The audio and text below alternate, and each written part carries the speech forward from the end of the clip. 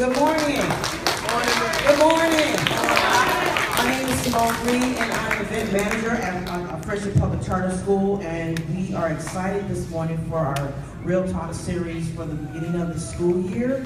The Real Talk and Friendship is a speaker series for students, 9th graders, as well as 11th and 12th graders, where we bring in inspirational speakers for you all to listen to and to engage in dialogue with. These people who we bring to your attention are those who have influence in the community here in the Washington, D.C. area. Some of them are national speakers, where we would have them come talk with you about what to do after high school, to be motivated, to be engaged, and to be productive. So ladies and gentlemen, I want to introduce you to our first speaker of the school year. His name is Anthony Pleasant.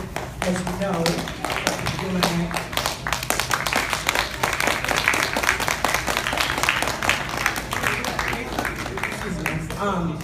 basically, I don't know if you all have any advanced information about him, I'm not sure, but this gentleman here has a profound story, where he came from and how he made it through. And I'm just going to read a little bit about him in his bio. Anthony Pleasant was born in Washington, D.C. as one of 7 children in his family. His mother was addicted to crack cocaine, and his father was physically abusive. Due to his home life, Anthony took most of his frustration out in school, which led him to become expelled from all of D.C. public schools. As a result, when he was 13, he was admitted into a school for children with learning disabilities, which embarrassed him and caused him to skip school. Consequently, Anthony never learned to read or write. His mother's crack addiction and his father's abusive nature led Anthony to turn to the streets for shelter. At the age of 16, Anthony and one of his friends decided to rob someone. When the man refused, the friend shot him. Anthony was ultimately charged as an adult with armed robbery and second-degree murder. While in jail, Anthony joined the Free Minds Book Club as inspiration to learn how to read and write. Through the use of flashcards, following along as other members read aloud and practicing in the evening, Anthony began to read on his own. The book club was there for me, Anthony says, and I needed those books. I knew I wasn't dumb, I just couldn't read. The first book I ever read all the way through was called Dark. That book was different than the books I've been given before. The story could have been real. It looked like my own life, and it grabbed my attention, he says. That first book led to many others, and soon Anthony had finished all of the book club titles. Clap your hands for that. He also says that reading gave me new confidence. It made me feel like nobody can get over on me. If they asked me to sign something, I could read it first. Once I learned to read, I felt like I was in control. During his time in jail, Anthony also learned how to write. The journals they all gave us changed everything for me. There was just so much that I needed to get off my chest. Things I wanted to say, but didn't know how before I joined Free Minds. I needed to stand up to my father, but I couldn't. I needed to express that I knew what he did to me was wrong. Now I could put those feelings on paper. Now, Anthony served 10 years in federal prison. However, Free Minds was able to help him sustain his time there. It sent him a new book each month to keep him motivated. Since his release, Anthony has been making a difference as a Free Minds poet ambassador, sharing his poetry and his story with audience across the D.C. area as part of Free Minds on the Same Page Violence Prevention Initiative. He recently testified in front of Congress at a hearing on the collateral consequences of incarceration. Currently, Anthony works with a fellow Free Minds member in a restaurant cleaning business. That means after all the trials, after all his tribulations, he was able to have his own business. And he's doing very successfully. Please give him a hand. He has plans to study property management at the University of District of Columbia Community College, and now he currently serves as a volunteer for the Washington Humane Society. He says, I love animals, he says, after I got locked up, I could understand how animals felt being locked up in cages, not knowing when they will get out or even if they will get out. I just want to make them feel safe and loved. Ladies and gentlemen, please have your attention and welcome Anthony Plesser.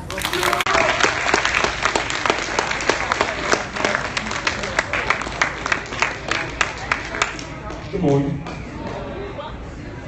Good morning. At 16, I chose the streets. Well, before 16 years old, as y'all can see, at 8 years old, I learned my mom was addicted to crack cocaine, and I smelled it on a regular basis, you know. And I see her. Well, first I want to say something. One thing that I want to say. I see everybody in here have uniforms. When I was going to school, there was no uniforms. There was no uniforms at all. So I went to school dirty at all times. Y'all have a herb that y'all can not identify who is who. So y'all have a blessed, it's blessed to see everybody in uniform.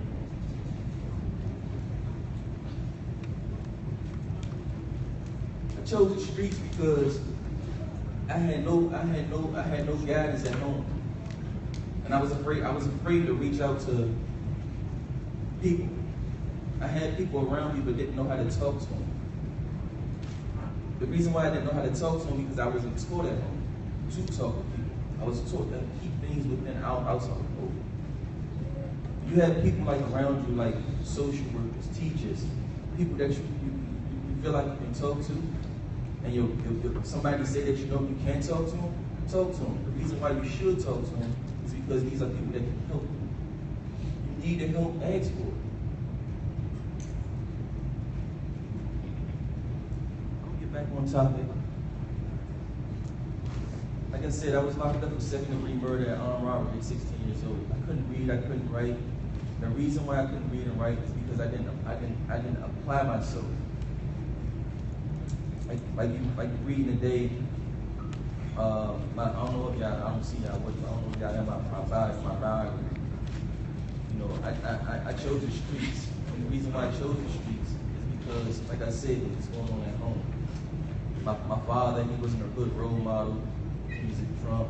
My mom, she was on crack. My step-pop, he couldn't read or write, but he did teach me what he did know, you know, which most people nowadays that's growing up in the surrounding neighborhoods, he knew how to play basketball, he knew how to box, so he told me what he knew. And that's all that I excelled at in school. It's important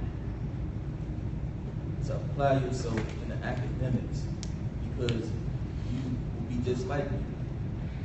You will be just like me. You'll be left behind.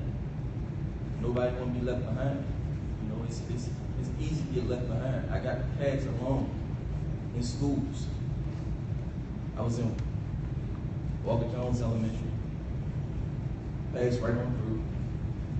Got put out of Walker Jones Elementary. And everybody in the school, the teachers, including the students, knew exactly what was going on at home. How, because my mom was out there. She smoked coke, crack cocaine in front of everyone. She let it be known what she was. You know? So, what I'm becoming now, late in life, 30 years old, it's like years later, I'm becoming an entrepreneur. And becoming an entrepreneur is way harder than anything. Because now I'm learning a different type of language to read, a whole different type of language. I have to go out and speak in front of so many people, you know, and it's very hard to do that, you know. So I put myself in the pedestal of I like listening to what's going on right now in the election. I like listening to that, and I like how people represent themselves in a high stage. And this is what you have to do in high school. You have to represent. You have to look. You have to find a person that's a role model. You have to find somebody that you can follow behind, imitate. You have to find a friend. If you have a friend around you, you have to find a good role model, not a bad role model. Because everybody that's around me, they push me in the streets. They said, okay, Anthony, he go. Anthony, he go hard. Anthony, do this. Anthony, do that. Anthony, he gonna rob this person. He gonna rob that person. Anthony, he gonna take this. Anthony. Streets to him. It's the streets to him. You know?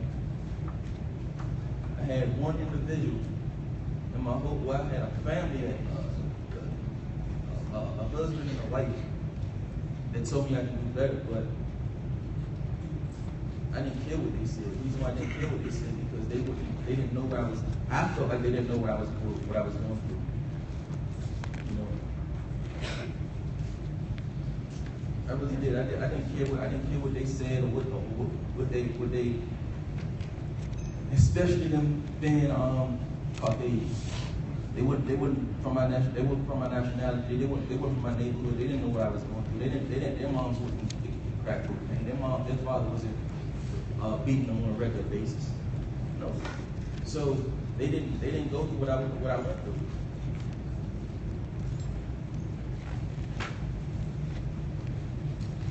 I had to become a man early. I had to become a man real early. You know, I was at 8 years old. I was jumping wishing wells. I was dog baby. I'm from downtown. I'm from the forest. I'm from Circle Forest. And so I was jumping wishing wells. I was dog baby. Dog baby and his going out acting like I was from a boys and girls club. I was bringing them up money home. I was paying for food at 8 years old. My mom was taking money from me and paying for food at 8 years old and paying for her kid and taking our government checks and paying for her addiction. We got put out of multiple houses because of her addiction. You know, and it's just you have to put yourself in a situation where as though you don't want to be in for real. I mean, you want to be in for real.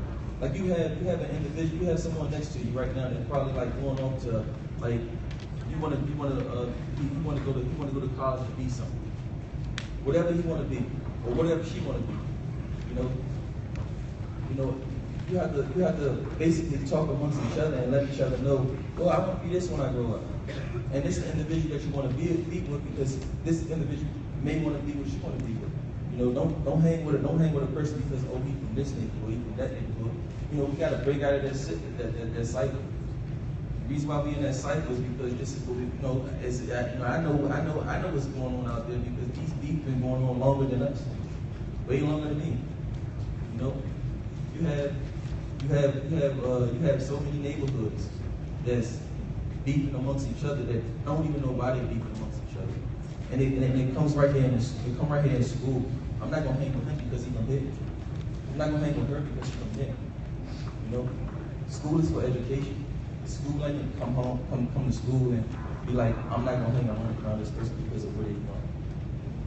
Find an individual. He can be from wherever. If you want to be a doctor and you want to be a doctor, it should be a friend. It should be a peer. It should be an individual that you should be able to talk to, not because he's from a neighborhood. You shouldn't be able to talk to him. You shouldn't be able to be seen with him. You know, you should be able to talk to him. You know, I was afraid at one time to go outside of my neighborhood. And the reason why I was afraid to go outside of my neighborhood is because I was among some people. You know, and if I was to go outside of my neighborhood and I was a complete or slipping, something would happen to me. You know? Why? Why did I have to go through that at 8 years old, 16 years old? Why did I have to go to residential at 8 years old, come home, go back to residential at 12 years old? You know? Why did I have to go to prison at 16 years old? Why did I have to go through that? Well, the reason why I had to go through that is because I didn't want to break out the cycle. I wanted to be amongst the people. You have to break out the cycle. You have to let your guys around be like, man, look, I don't care where you're from. I don't care where she's from. You know, you want to do something. She want to do something. This is what we'll be around. Education is where I want to be at. This is where I want to be at. You know, if you don't put yourself in a situation that you won't succeed, then you won't succeed. You won't succeed at all. You have to put yourself in a situation that you won't succeed. If you don't put yourself in that situation, you just won't succeed. And right now, you know what I'm saying, if y'all in here, I see that, man, there's a lot of people in here that really want to succeed. You know, we have to put ourselves in a successful position.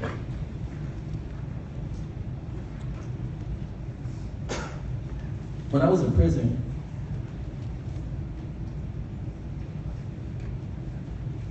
the first 5 years, I joked around.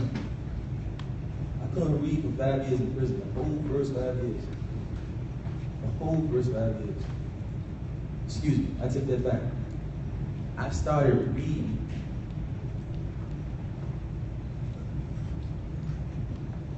Yeah, I started reading in 2 years. I couldn't comprehend what I was reading until 2 more years later. You know, and the reason being is because I had to put up a facade, like I was still the angry that was on the street.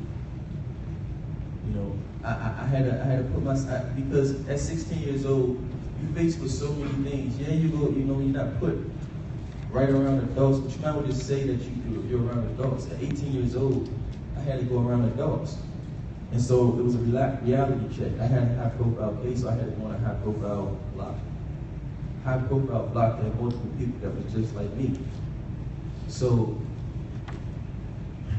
it was just a terrible situation for me. I ran across numerous of guys that was known individuals that was out here in the community that were known individuals just like me. And so I told them that I couldn't comprehend what I was reading, you know, and I had to get over a hurdle before I had to tell them what I was going through. And so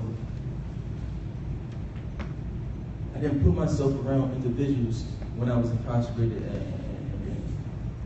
and for me not to succeed, just like you should. That's why I brought it up, because you shouldn't put yourself around anyone that's not trying to succeed. If you feel as though that this individual is gonna play around in class, school ain't to be played in. I played around school, you know. I did. I mean, basically, man, my whole life, I chose to play around until I had to face reality. It's not about playing around. It's about we have to succeed. You have to succeed. You have to. It's in America right now. The normal individual that's growing up in the urban community, in their household, there's almost no individual that's going to college. There's almost no individual it's hard for us to succeed because we get into these cycles where it's though, like I said, we want to beef with the next neighborhood. We don't want to be around the next neighborhood. We don't want to like this neighborhood, this individual because of what he has on, what she has on. Oh, he's dirty. Oh, he's stupid. Oh, instead of lifting each other up, you know. This is why it's going to be an ongoing cycle, and we have to help each other. If you don't help each other, then you know what I'm saying. You gonna be the individual that get left behind, and that might be the individual that you may say, oh, he has on some Payless shoes, or I'm not messing with him because he has on this, or this individual is very smart. This individual you can sit down with and learn how to read. You can learn how to do math. Whatever your weakness is in school, this individual part of the individual that can you help me? but he live in this neighborhood. Well, can you meet me in this library? I need help get my grades up. You know, break the cycle, sit amongst each other. Get out of the cycle that I have to be stuck right here in this neighborhood. I have to be stuck in this circle, in this school. No, mix and mingle amongst each other. You have to do that. You know, I was like I told you, I was afraid. I was afraid of success.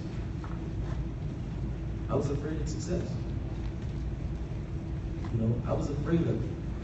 I was afraid of it. I really was afraid of success. And the reason why is because everyone around me would have teased me if I would have broke out of the cycle. Everyone around me would have, you know, I chose at one time to do better things. I was going to like after school programs when I was in Walker Jones. I chose it. But as soon as I came out of it, the same individuals that I call my friends, man, why you in there? Oh, you can't read. Oh, you can't write. I couldn't read or write. I couldn't read or write. But I couldn't tell them that. I couldn't tell them that at all. Why couldn't I?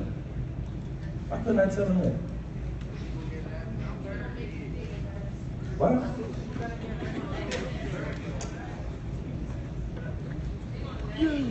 They gonna laugh at it. You're right. They gonna laugh at it. You see, just like you laughing. Listen to me. Just listen to me. There's someone in this room right now that's going through the same thing that I went through.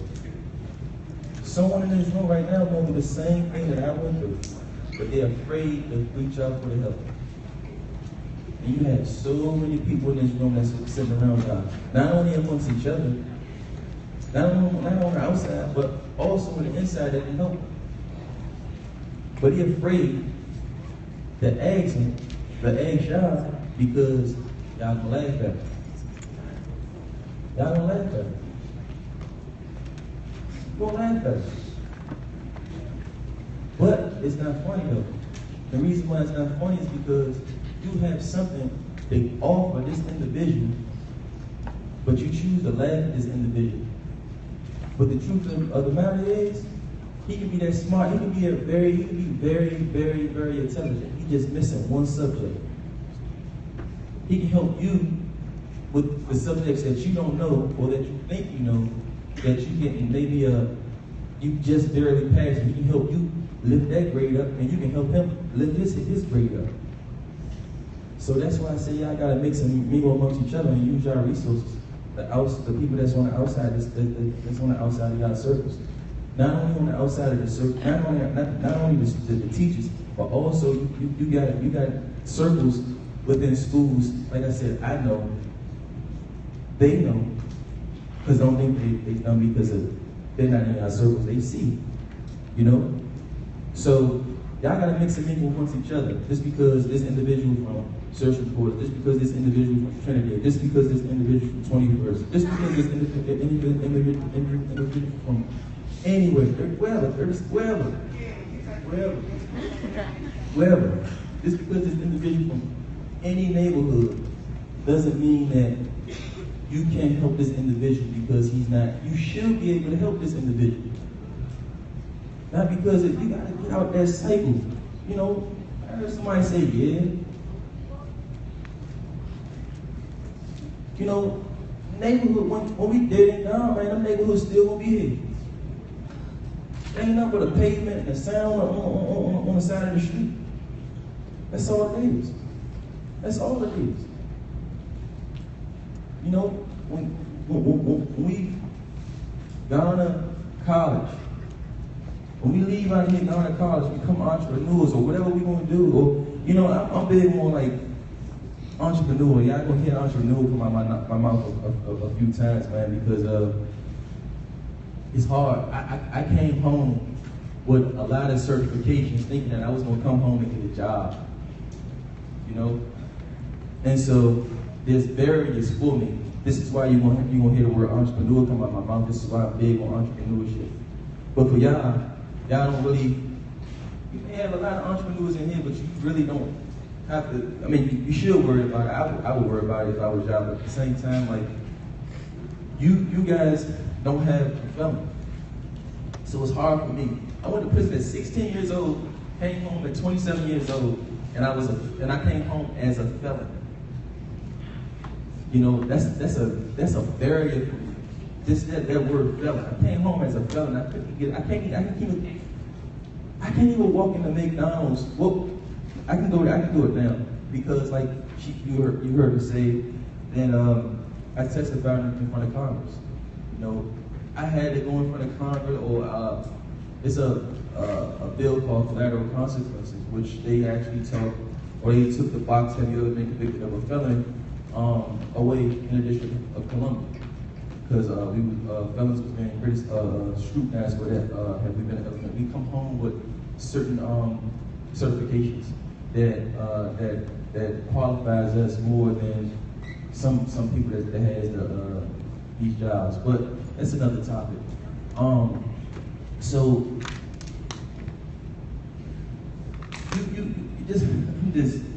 I'm just looking at a whole classroom full of individuals that I used to just sit right here, smack in the middle of the class, and like, oh, I know what's going on. I'm not even worried about this individual talking for real. I don't care about this individual talking for real because I know what's going on. I know exactly what's going on. He can't tell me what's going on. He's not in my street. He's not going. Well, I'm telling you, I just told you my mother was addicted to crack cocaine. My father physically abused me. My father beat me. So my father made me lay by, wrapped me up in a sheet, and made me lay by a pistol. My father wrapped me up in a sheet and made me lay by a pistol. So I'm telling you, if you go back through this today, reach out. You have the resource. You have the resources all around you. All around you. All around you. Yeah, my father actually made me lay by a pistol, put it right by my head, and told me, I brought you in this world, I'll take you out. That's what he told me. That's what he told me. So this is what I'm trying to tell y'all. You have to reach out. You have to reach out. You have to reach out. You know, this era right here, y'all the ninth grade. So right now, there's a numerous, like, I was born in the 80s, so crack was the drug then. Crack was the drug then. So, and there's a lot of things that wasn't said in that. I was born addicted to crack cocaine. My mom smoked crack and PCP when I was in her stomach, so I was born addicted to that. So, yeah, go ahead. You can say something. Huh? I can't hear you. Did you do it in person? I never did crack. I tried PCP. Wasn't a drug thing. So,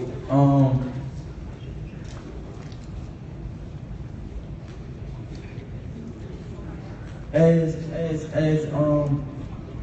I was saying, like, drugs nowadays is totally different. You have, it's okay to smoke weed. No, just because your parents smoke weed, you think that's cool? No. You say yeah. No. What? Huh? Let me tell you why it's not okay.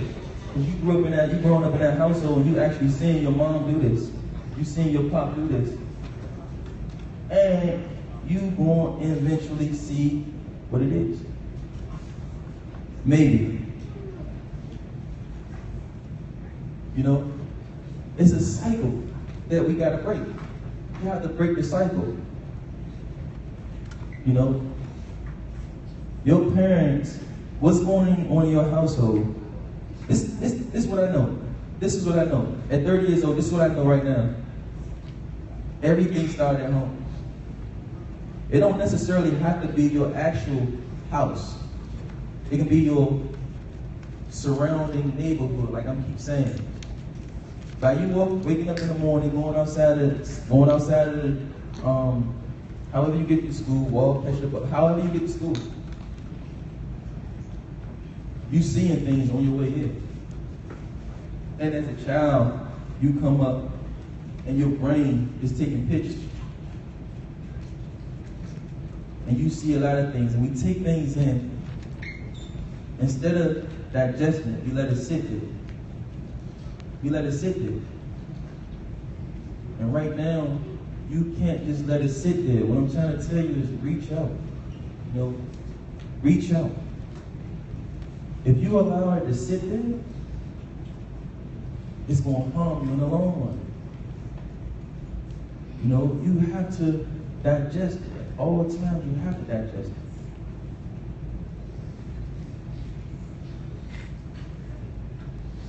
So, I want to get back to education. Who in here like math?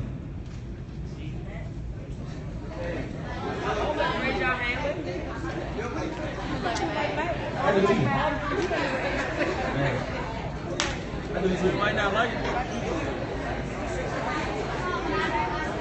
Who in here don't like math?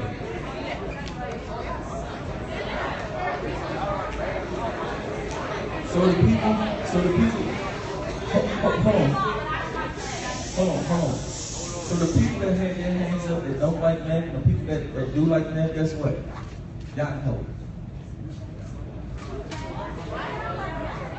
Y'all can help. The people that like, the people who like math, and that can do math, to the people that don't like math, verify what y'all been saying. Y'all can help it. I've just been talking about it the whole time. The whole time. I was talking about it the whole time. You can help each other. Help each other who like reading.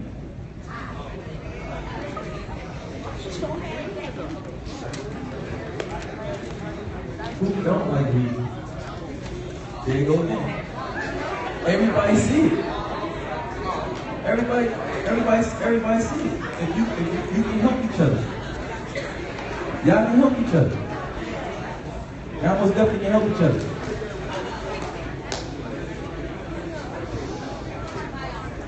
Hold on, y'all.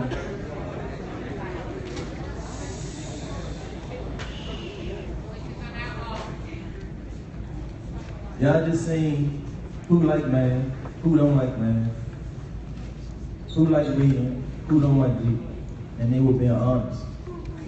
So basically, when you raise your hand, it was asking, man, please help. Please help.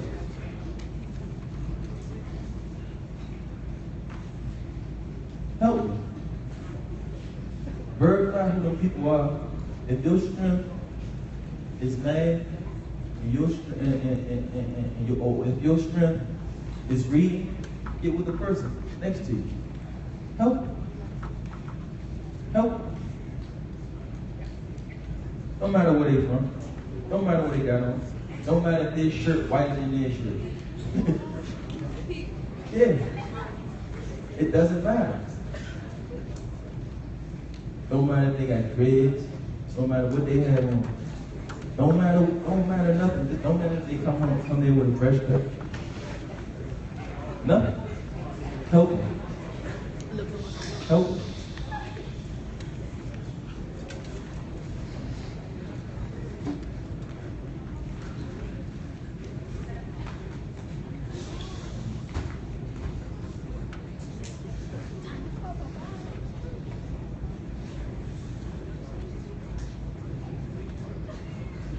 If y'all have any questions, y'all can ask me. When you get up, just tell me your name and ask a question. Or you don't have to say your name, just get up and ask a question. Any questions?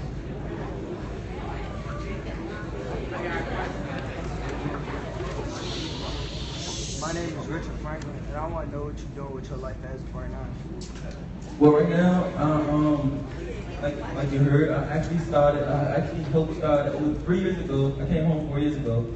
I actually helped start a business called Clean Decisions and a nonprofit organization called Changing Perceptions. And now I own my own business called Pleasant Home and Office Assembly.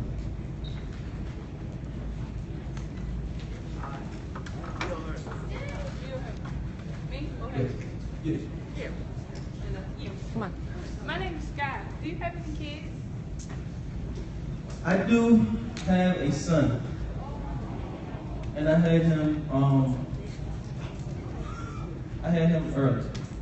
Very early. Someone said 12. I don't know.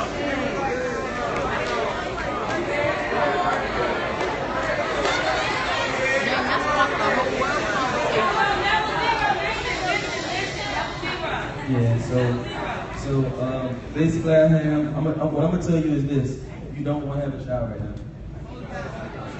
I was 16 years old. I was 15, and you don't want to even think about that right now. That's something that you don't even want to think about.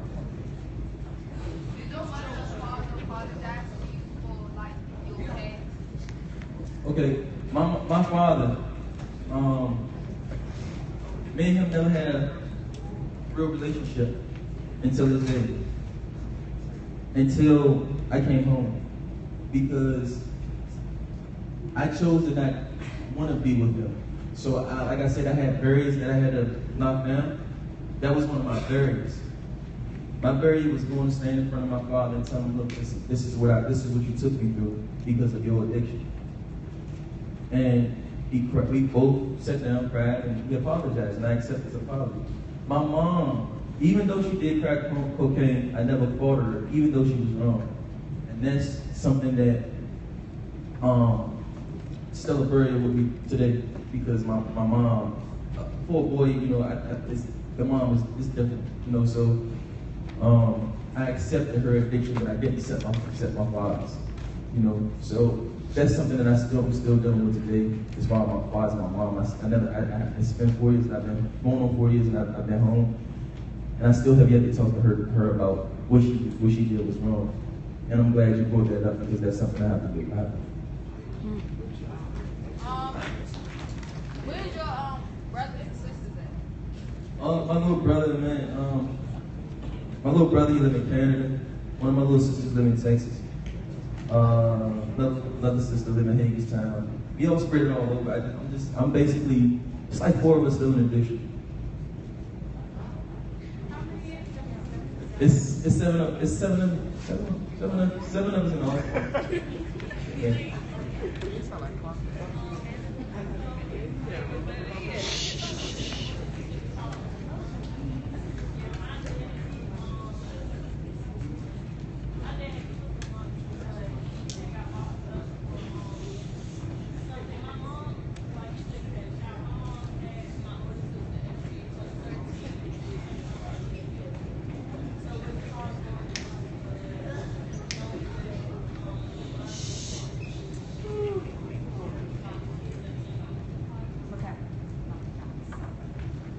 Well, as far as like my son, it's like that's another barrier that I had to break too. My son, he's 13 years old right now, so he was born in 2002. I went to prison a month after he was born. Came home when he was 10 years old. So I'm just basically just getting into my son's life, and but he loved it to death. So I'm grateful for that. So it was basically hard for me going to prison knowing that I had a seed. I had a little man out here. So.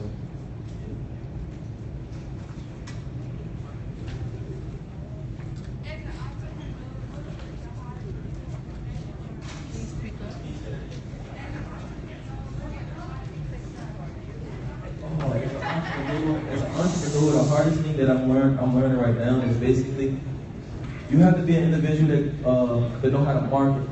You have to know how to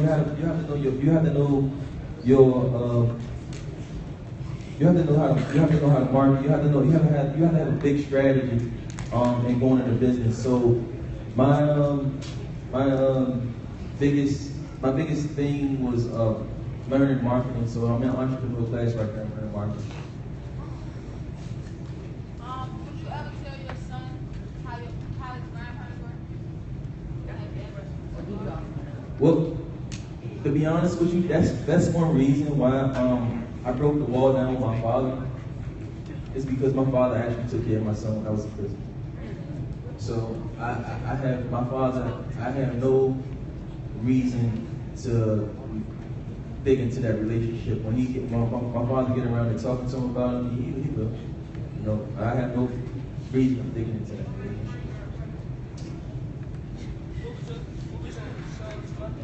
Say that again? Where was my child's mom? She was home. She was here. Huh? Both of those 50. She was young. Huh?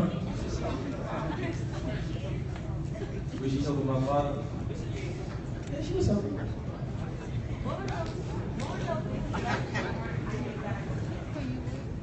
Well, my biggest lesson that I learned when I got out of jail, the biggest lesson that I learned is that no matter who I come into or I come in contact with, if they're not an individual, like I was just telling you, that's on the same page as me, I don't want to be around it.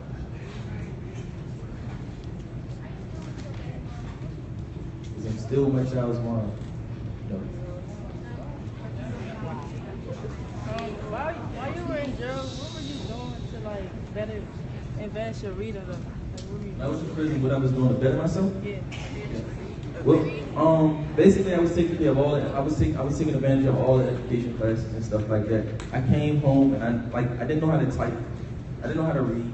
I didn't know how to do any of that. But I took advantage of all the education that was there.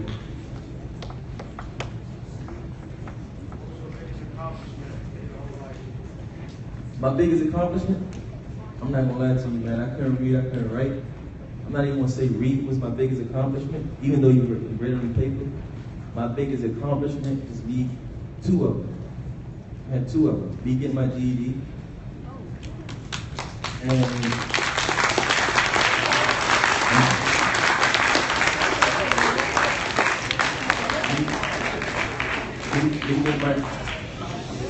me getting my GED and me getting my license. That was my biggest accomplishment.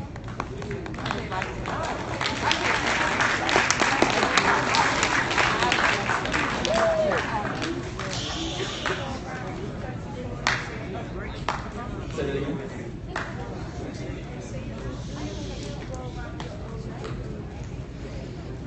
Okay, I won't say that I go around there and hang around there, but I do go around there. And because I don't hang around there, I do go around there and I do offer people jobs around there. So yeah. Oh Lord.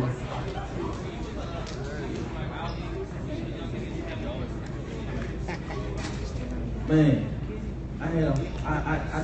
that's a good question, man.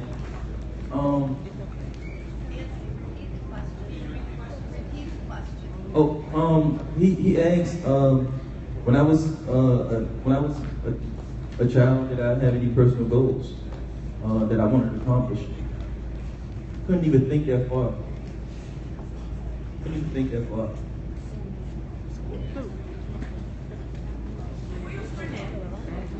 Where's my friend? Oh, so his whole thing was it was a different situation. So basically, he was never my friend.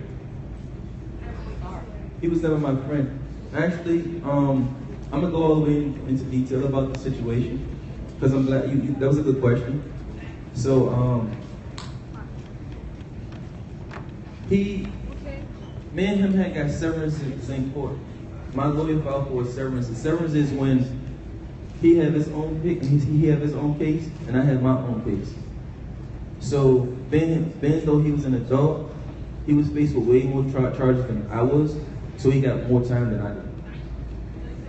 He's still out there. He was 18. He was an adult when he got locked up. We was in the same jail. Yeah. Yeah, we spoke to each other. Yeah.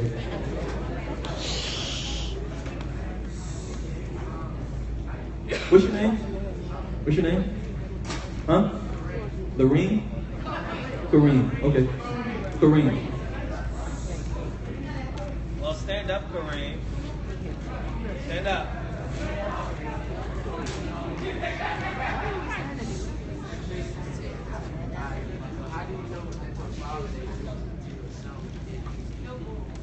Repeat that again.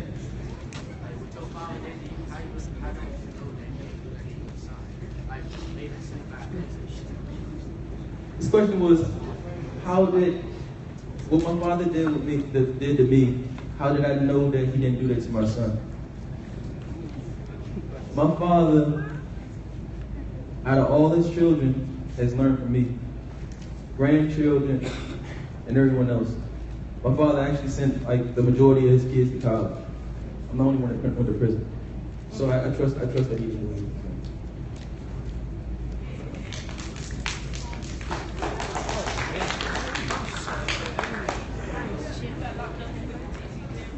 Yes. I was.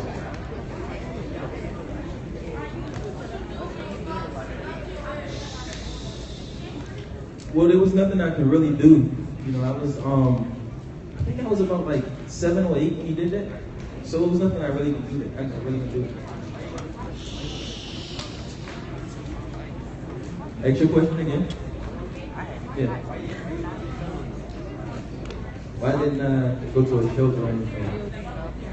Well, when I was coming up, man, rules in the house, man, like I told you, man, everything that went on in the house, stayed in the house. It stayed in the house, it never left out the house. You know? And if it did get out the house and it got back to him, it was not faithful.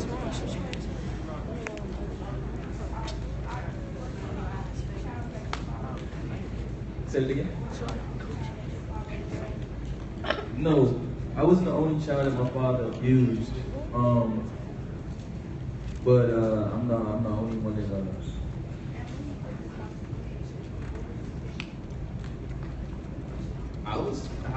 when he put the gun to my head, what was I thinking? When he put the gun to my head, at the age of 7 or 8, I was scared.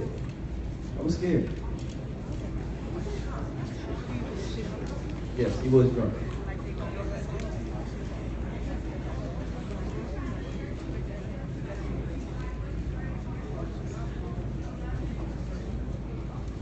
Well, yeah, he beat my mom on a regular basis when they were together. So yeah, he was.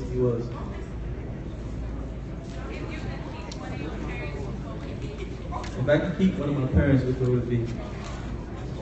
Yeah, your mom.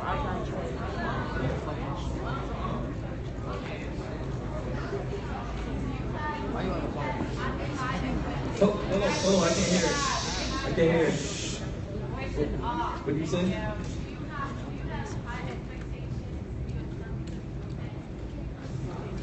I'm gonna tell you, man, my son is way smarter than I ever did. My son is an honor roll student. But his mom was smart too, he's an honor roll student. Yeah, I got big high hopes for my son.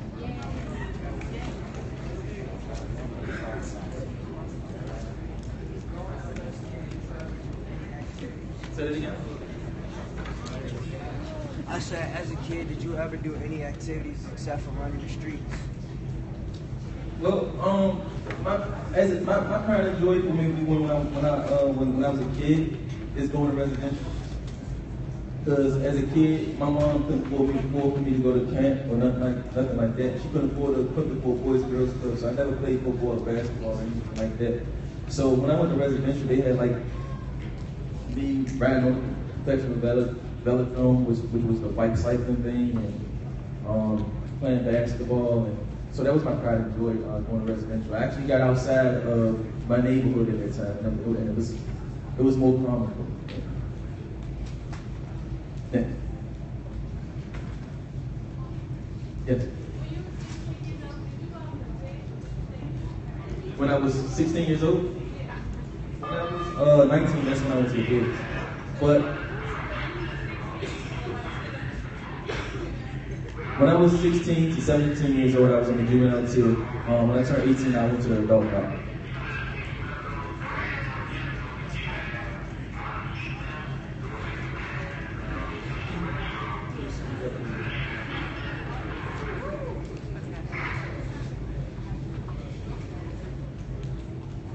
Most entrepreneurs, when they go through like hardships in their life, if they went through hardships in their life, it make it better. Because you're an entrepreneur, you take your hustle from the street and you bring it onto the legal side. So yeah, it make it better. Let's get her over here.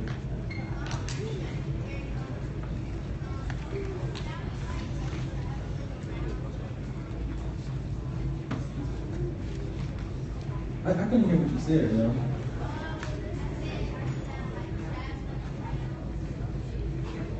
Yes. So, yes, I do travel around. The brothers I've been with Frank, Pennsylvania. They share my story, yes. Okay. All right, y'all have a nice day.